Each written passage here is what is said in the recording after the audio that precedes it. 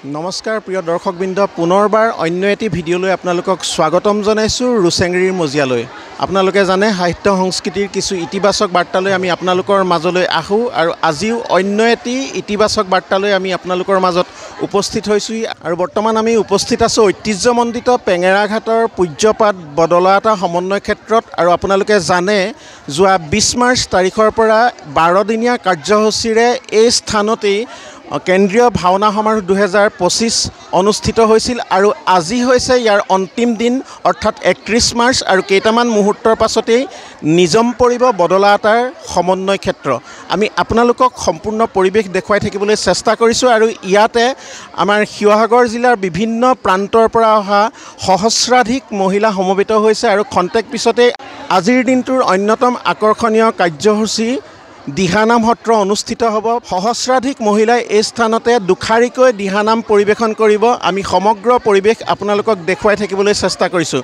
বিভিন্ন প্ৰান্তৰ পৰা যি 1000 গৰাকী আয়তী আহি এই স্থানত দিহানাম পৰিৱেশনৰ উপলক্ষে সমবেত হৈছে। আমি আমাৰ সন্মানীয় দৰ্শকসকলক পোনপটীয়াকৈ সেই দিহানামৰ মাজলৈ লৈ যাব বিচাৰিছোঁ।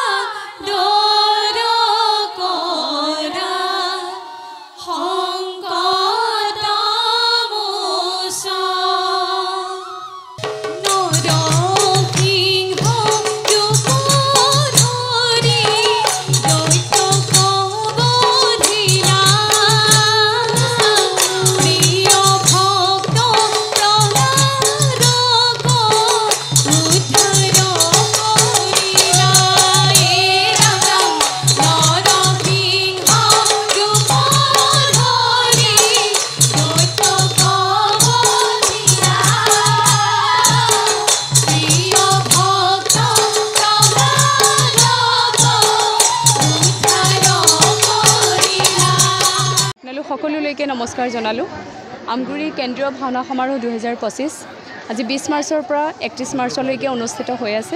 আজি শেষৰ দিনৰ কাৰ্যসূচী দিহানাম সত্ৰ, য'ত 1000 গৰাকী মহিলাৰ দ্বাৰা দিহানাম পৰিৱেশন কৰা হ'ল আৰু এই পৰিৱেশনৰ উদ্দেশ্য এটাই যে আমি সকলোৱে জানো আমাৰ আমগুৰি এখন সাংস্কৃতিক ঠাই, গতিকে আমগুৰিৰ জৰিয়তে আমাৰ মহিলাসকল ওলাই আহিছে নামৰ কাৰণেই হওক বা বিভিন্ন অনুষ্ঠানৰ কাৰণেই হওক যে বৰ্তমান মহিলা আগবাঢ়ি অহাৰ যুগ, গতিকে এগৰাকী মহিলাৰ ওপৰত এখন ঘৰ এখন সমাজ বহু নিৰ্ভৰ কৰে। গতিকে আইসকল ওলাই আহিছে, ইয়াৰ জৰিয়তে আমি সাংস্কৃতিক ক্ষেত্ৰখন গুৰুজনাৰ যি আমাৰ অৱদান ভাওনা দিহানাম কৃষ্টি সংস্কৃতি যিখিনি আছে সকলোখিনি যাতে আমি আগুৱাই লৈ যাব পাৰোঁ তাৰ এক প্ৰসাৰৰ চেষ্টা। আমি আজি 1000 গৰাকী মহিলাৰ দ্বাৰা ইয়াত দিহানাম পৰিৱেশন কৰা হ'ল আৰু আমাৰ মূল উদ্দেশ্যই হ'ল যে আমাৰ সমাজখন আগবাঢ়ি যাব লাগে আৰু গুৰুজনাৰ সংস্কৃতি আমি ধৰি ৰাখিব লাগে। কোন ঠাই মানে এতিয়াতো এই অনুষ্ঠানৰ বাৰ্তা পাই আমাৰ গুৱাহাটী নলবাৰীৰ পৰাও আহি উপস্থিত হৈছে। যোৰহাট শিৱসাগৰ আৰু আমাৰ আমগুৰিৰ আশে পাশে থকা চাৰিং গৌৰীসাগৰকে ধৰি জয়সাগৰকে ধৰি এই গোটেই অঞ্চলৰ শিৱসাগৰ আৰু যোৰহাট মূলতঃ আমাক সহযোগ আগবঢ়াইছে আৰু লগতে এতিয়া আমি বাৰ্তা পাইছোঁ যে গুৱাহাটীৰ পৰাও তেওঁলোক উৎফুল্লিত হৈ আহিছে। ইয়াৰ পৰা আচলতে বৰ্তমান সমাজত উশৃংখলতাৰ প্ৰভাৱো যথেষ্ট বেছি। আধ্যাত্মিকতা এফালে যদিও আছে আনহাতে এফালে কমি গৈছে, কিন্তু আমাৰ অসমীয়া জাতি হিচাপে আমাৰ নিজৰ এটা পৰিচয় আছে, গুৰুজনাৰ সংস্কৃতি আছে। এই সংস্কৃতিখিনি ধৰি ৰাখি যাতে আমি সমাজখন সুন্দৰভাৱে এটা সঠিক দিশত আগবঢ়াই লৈ যাব পাৰোঁ, উঠি অহা নৱপ্ৰজন্মক যাতে আমি শিকাব পাৰোঁ, উদ্দেশ্য সেয়াই। এই বিহুৰ ক্ষেত্ৰত সুৰক্ষা মঞ্চৰ প্ৰসংগ যেতিয়া আহিলে আপোনালোকে ভাবে নেকি দিহানামৰ ক্ষেত্ৰত এনেকুৱা হ'ব লাগে বা নালাগে বুলি? আচলতে দিহানামৰ ক্ষেত্ৰত যেতিয়া দিহানাম মঞ্চ পালেহি তেতিয়া প্ৰতিযোগিতাৰ মঞ্চখন পোৱাৰ লগে লগে বিভিন্ন সমস্যাৰ সন্মুখীন হোৱা ইতিমধ্যে দেখা গৈছে গীত মাত লয়ৰ ক্ষেত্ৰত। এই ক্ষেত্ৰত যদি তেনেকুৱা উচিতভাৱে সিদ্ধান্ত ল'ব পৰাকৈ সুৰক্ষা সমিতি থাকে তেনেহ'লে নিশ্চয় ভাবোঁ ভালেই হ'ব। শেষৰ দিনটোত আমাৰ মনটো গধুৰ লাগি গৈছে। ইমান দিনে আমি 12 দিনে সদায় ইয়াত জড়িত হৈ আছিলোঁ। আজি দিহানাম সত্ৰৰ অন্তৰ্গত 1000গৰাকী মহিলাৰ দ্বাৰা দিহানাম পৰিৱেশন হ'ল আৰু বিভিন্ন ধৰণৰ গাঁও অঞ্চলৰ পৰা মহিলাসকল আহি ইয়াত দিহানাম পৰিৱেশন কৰিলে। আজি বহুত ভাল লাগিছে মনটো। মহিলা আইসকলৰ মহামিলন বুলিয়ে ক'ব পাৰি আৰু দ্বিতীয় বৈকুণ্ঠপুৰী সদৃশ অনুভৱ হৈছে আমাৰ। যথেষ্ট আধ্যাত্মিকতা প্ৰভাৱ পৰিছে বুলি আমাৰ অনুভৱ হৈছে আৰু আজি মনটো দুখো লাগিছে। আজি শেষ হৈ গৈছে, শেষ হ'ব বুলি ভাবি মনটো বেয়া লাগিছে। আচলতে নৱপ্ৰজন্মৰ কাৰণে এইবিলাক এটা খুব ভাল চিন্তাধাৰা মই ভাবোঁ, কিয়নো 1000গৰাকী গোপিনীয়ে বা নামতীয়ে যেতিয়া ইয়াত নাম গাইছে তেওঁলোকৰ নিশ্চয়কৈ 1000 ঘৰ পৰিয়ালত এই অনুষ্ঠানটোৰ বিষয়ে চিন্তা চৰ্চা হৈছে বা তেওঁলোকে ঘৰত দিহানাম গাইছে, তেওঁলোকৰ পৰিয়ালে শুনিছে। মই ভাবিছোঁ কেৱল 1000গৰাকী মহিলাই গাই পেলাই যে অঞ্চলটোৰ উপকাৰ কৰিছে বা তেওঁলোকৰ নিজৰ ভাল হৈছে তেনেকুৱা নহয়। 1000টা পৰিয়ালে ইয়াৰ ভাল ফলাফল পাব। এইটো এটা খুব প্ৰশংসনীয় অনুষ্ঠান হয়। উদ্যোক্তাসকলক মোৰ ফালৰ পৰা ধন্যবাদ জনাইছোঁ।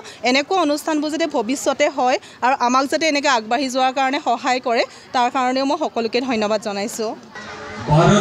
হয় প্ৰিয় দৰ্শকবৃন্দ, আজি ইতিমধ্যে যি দুখাৰীকৈ দিহানাম পৰিৱেশন হৈছে, আজি অন্তিম দিনটোত দিহানাম সত্ৰৰ অন্যতম আকৰ্ষণীয় কাৰ্যসূচী দুখাৰীকৈ দিহানাম পৰিৱেশন হৈছে আৰু এই 1000তকৈ অধিক আই মাতৃয়ে ইয়াত দিহানাম পৰিৱেশন কৰিলে। নেতৃত্ব লৈছিলে 50গৰাকী এই আইসকলৰ দলনেত্ৰীয়ে। এই দলনেত্ৰীসকলৰ এগৰাকী আই মাতৃৰ কাষলৈ যাব বিচাৰিছোঁ। আজি অনুষ্ঠানটোৰ অনুভৱ আমি জানিব বিচাৰিছোঁ। নমস্কাৰ।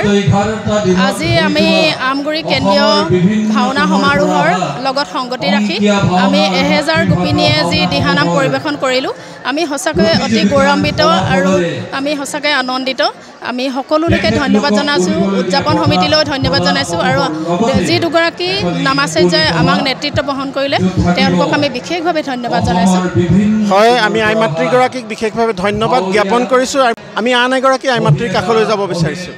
নমস্কাৰ। আমগুৰিত অনুষ্ঠিত হোৱা দিহানামখনত আমি অংশগ্ৰহণ কৰি খুব ভাল লাগিলে। ইয়াৰ উদ্যোক্তা মণ্ডলীক আমি ধন্যবাদ জ্ঞাপন কৰিছোঁ। আজি 1000 মহিলাই যি দিহানাম গালোঁ আমি সঁচাই বহুত ভাল লাগিলে। একেলগে আমি আমগুৰিয়ে হওক বিভিন্ন ঠাইৰ পৰা বহুত মহিলা আহিছে, একেলগে হাঁহি ফূৰ্তি কৰি আমি ৰিহাৰ্চেল কৰিলোঁ। কাৰোবাক কিবা বেয়াকৈও কৈছিলোঁ, বেয়াও নাপাব। বহুত ভাল লাগিলে আজিৰ দিনটো সঁচাকৈ। আমগুৰিত আজি এইটো এটা বৰ ডাঙৰ অনুষ্ঠান হৈ গ'ল উৰ্মিলাৰ নেতৃত্বত।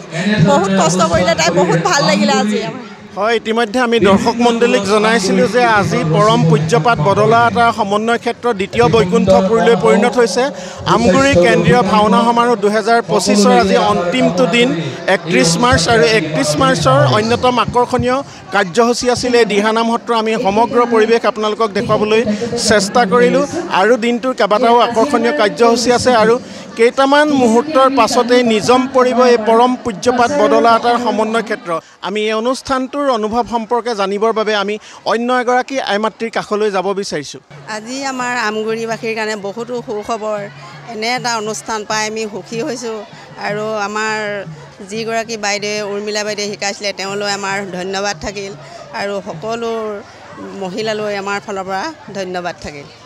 ধন্যবাদ জনাইছোঁ আই মাতৃগৰাকীক। আমি সমগ্ৰ পৰিৱেশটো পুনৰবাৰ আপোনালোকক দেখুৱাই থাকিবলৈ চেষ্টা কৰিছোঁ আৰু এইখিনিতে আমাৰ সন্মানীয় দৰ্শকসকলক এটি অনুৰোধ জনাব বিচাৰিছোঁ, যিসকল সন্মানীয় দৰ্শকে এই ইতিবাচক বাৰ্তাটো আপোনালোকৰ স্ক্ৰীণত চাই আছে, যাতে আন 10জন সন্মানীয় দৰ্শকেও এই ইতিবাচক বাৰ্তাটো চাব পাৰে বা উপভোগ কৰিব পাৰে। আপোনালোকে অনুগ্ৰহ কৰি আপোনালোকৰ সামাজিক মাধ্যমৰ ৱালত এই ইতিবাচক বাৰ্তাটো শ্বেয়াৰ কৰি দিব বুলি আমি বিনম্ৰতাৰে অনুৰোধ জনাইছোঁ।